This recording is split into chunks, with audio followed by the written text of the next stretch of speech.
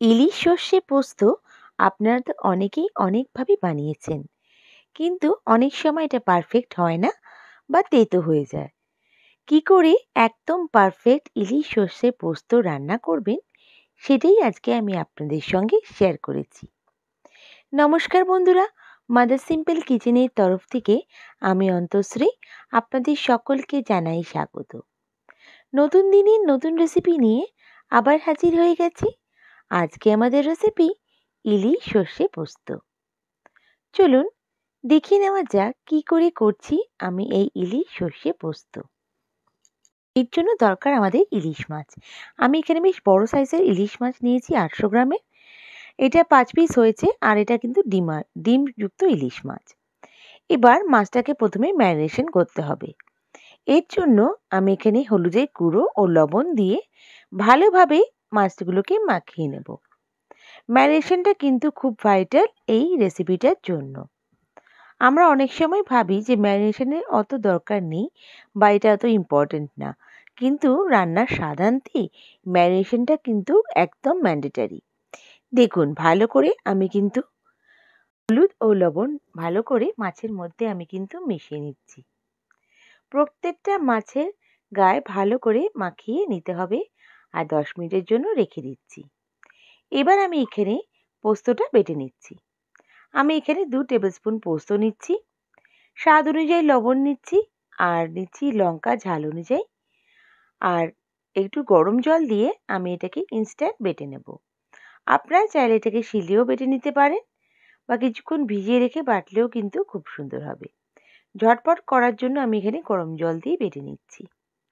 একদম smooth paste বানিয়ে নিতে হবে আমার এই পোস্তটা। দেখুন, আমি এটাকে বেটে নিচ্ছি, বেটে রেখে দিচ্ছি।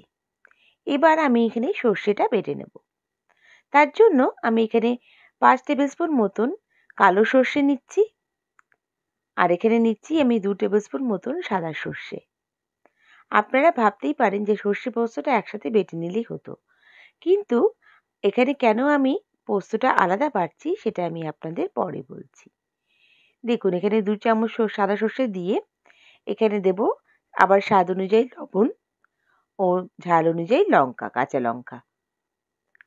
লবণটা একটু বুঝে দেবেন, যেহেতু এখানে পোস্ততেও লবণটা অ্যাড করছি, সর্ষেতেও অ্যাড করছি, এবার রান্নাতেও অ্যাড করব।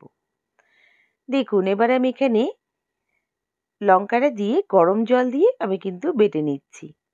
একদম স্মুথ পেস্ট করে আমাকে বাটতে হবে এই সর্ষেটা।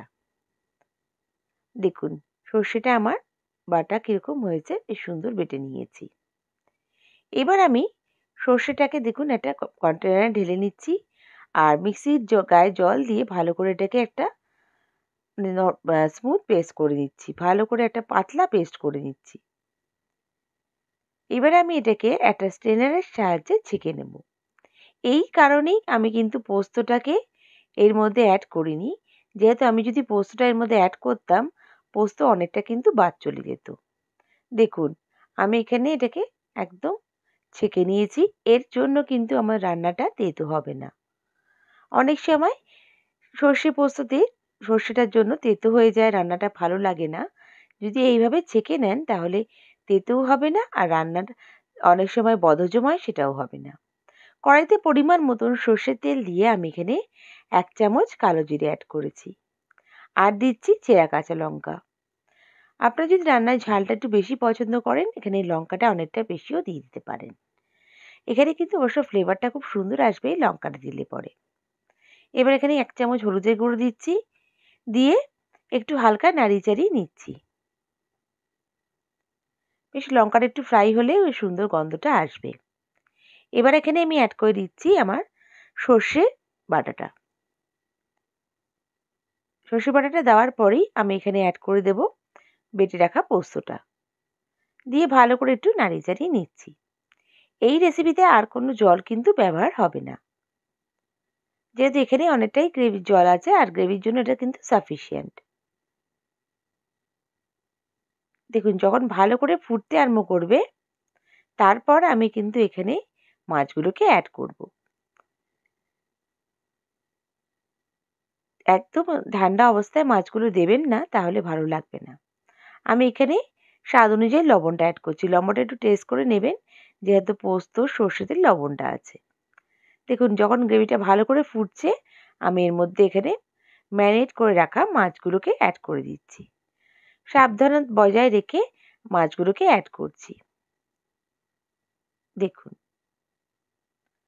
ইলিশ মাছ খুব তাড়াতাড়ি কিন্তু হয়ে যায়, তাই খুব বেশি কিন্তু এটাকে কুক করার দরকার হবে না। তবে যেহেতু এখানে মাছের ডিমটা আছে, তাই জন্য আমি কিন্তু এখানে একটু কুক করে নিচ্ছি। দেখুন মাছগুলোকে সাবধানে ছেড়ে দিলাম।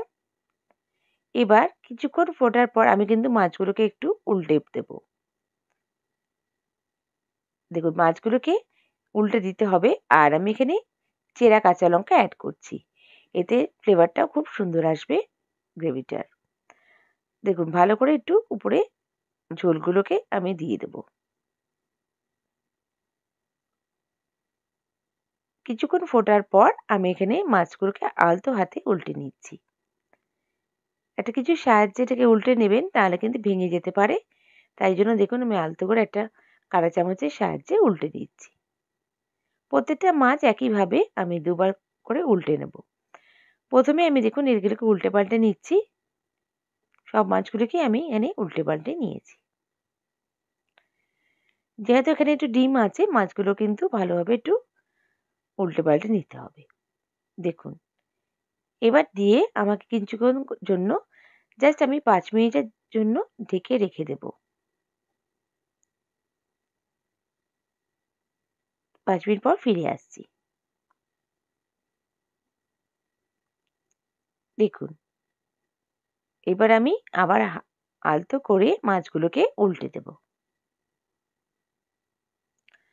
আমি দেখে নিচ্ছিলাম যে ডিমটা একটু সেদ্ধ হয়েছে কিনা। তাই জন্য আমি দেখুন আবার হালকা করে আবার মাছগুলোকে আস্তে করে আবার উল্টে পাল্টে নেব। রান্নাটা প্রায় হয়েই গেছে। জাস্ট আরেকবার একটু উল্টে পাল্টে নিলে ডিমের মধ্যে যদি কাঁচা ভাব থাকার সম্ভাবনা থাকে সেটাও থাকবে না। ডিমগুলো ভালোভাবে কিন্তু সেদ্ধ হয়ে গেছে। আমি সবগুলোকে উল্টে পাল্টে নিয়েছি। আমার রেসিপিটা একদম রেডি। আমি কিন্তু এখানে জাস্ট লাস্টে কিছুক্ষণ আগে একটু চিনি ব্যবহার করেছি। এটা আপনারা চাইলে দিতেও পারেন বা স্কিপ করতে পারেন। চিনিটা দেওয়ার পর কিছুক্ষণ জাস্ট একটুখানি নাড়িয়ে চাড়িয়ে নেব। এবার গরম ভাতের সঙ্গে আমি এটাকে সার্ভ করে দেব। আমার এই রেসিপিটা একদম রেডি। বন্ধুরা, আমার রেসিপিটা যদি ভালো লেগে থাকে, প্লিজ লাইক করে সাবস্ক্রাইব করে আমার পাশে থেকে যাবেন। বেল বাটনটা প্রেস করবেন, যাতে আমার রান্নার নোটিফিকেশনগুলো সবথেকে প্রথমে আপনারা পেয়ে যান।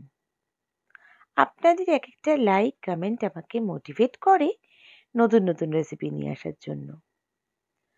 আর আমার এই রেসিপিটা কেমন লাগলো আমায় কমেন্ট করে নিশ্চয়ই জানাবেন। নেক্সট রেসিপি নিয়ে আবার হাজির হয়ে যাব। সবাই ভালো থাকবেন, সুস্থ থাকবেন। বাই। Thank you.